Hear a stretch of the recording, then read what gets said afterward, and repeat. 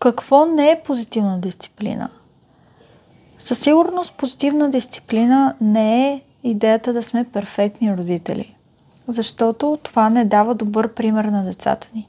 Перфектни хора няма, перфектни родители няма. И ако ние не правим грешки пред децата си, те се учат, че има хора, които никога не грешат. И това ги кара да дават грешна самооценка на себе си. Какво ми е на мен, че аз греша? Може да поговорим още малко за това какво не е позитивна дисциплина. Ще изборим още няколко нета на позитивната дисциплина. Без наказание. Без наказание, какво ни да. остана? Има още няколко неща, които всъщност не използваме в позитивна дисциплина. Това са обвиненията. Без обвинения и без да караме детето да се срамува за това, което е извършило. Без да го засрамваме.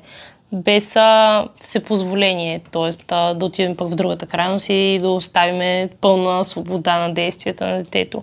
Без награди, без похвали, без прекомерно обгрижване. Т.е. да не ги спасяваме винаги във всяка ситуация и да поправяме ние техните грешки.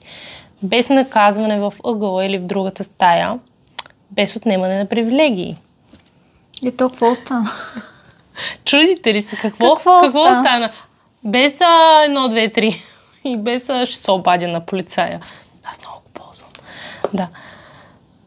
Какво остана? Ще ви заредим с инструментите на позитивната дисциплина, които са много на брой.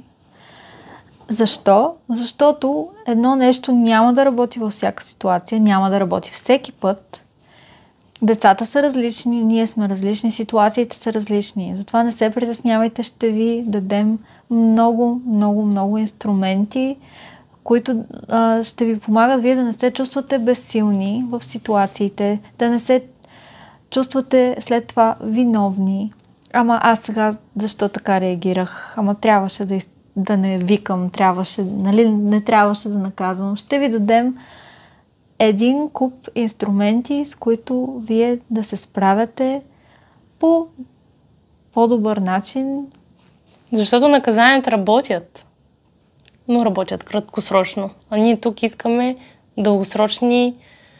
имаме дългосрочни цели, искаме дългосрочни резултати за нас и за децата ни. От една страна за връзката ни с детето, от друга страна за това да му помогнем да изгради качествата и уменията, които ще му трябват за цял живот.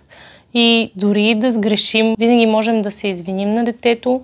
По този начин моделираме какво се прави тогава, когато съм допуснал грешка. Разбрахме какво позитивната дисциплина не е. Следва логичният въпрос, какво е позитивна дисциплина. Имаме много лесни 5 критерия за позитивна дисциплина. Ако някога се чудите това, което правите, дали отговаря на методологията на позитивната дисциплина, си задайте въпросите дали успява да отговаря на всички 5 критерия за позитивна дисциплина. Първият критерий – да сме твърди и мили едновременно с децата си. Което е уважително и окуражаващо за тях. И от една страна ние се чувстваме добре, когато сме мили към децата, от друга страна, бидейки твърди и поставяйки границите,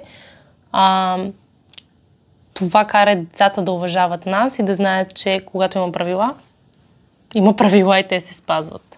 Този критерий е един от най-важните, защото когато сме прекалено мили с децата си, стигаме до крайност, в която не можем да ги понасяме. Защото буквално са ни се качили на главите.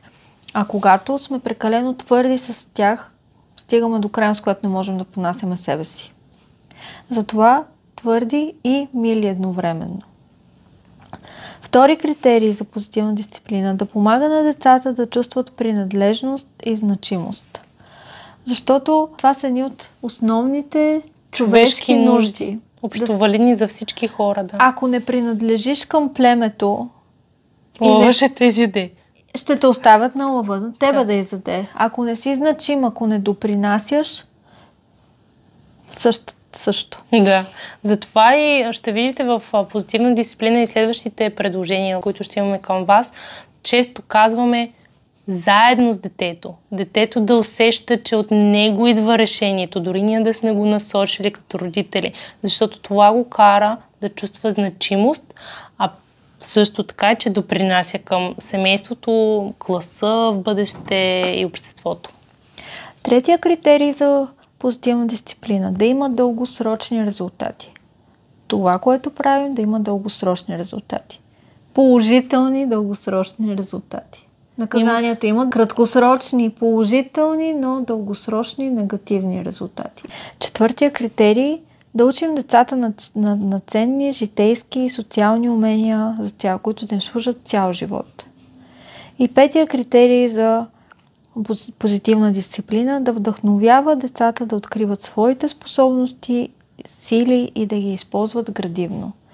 Да ги правим вярващи в себе си хора. Способни и самостоятелни хора. Да. Това бяха 5 критерия.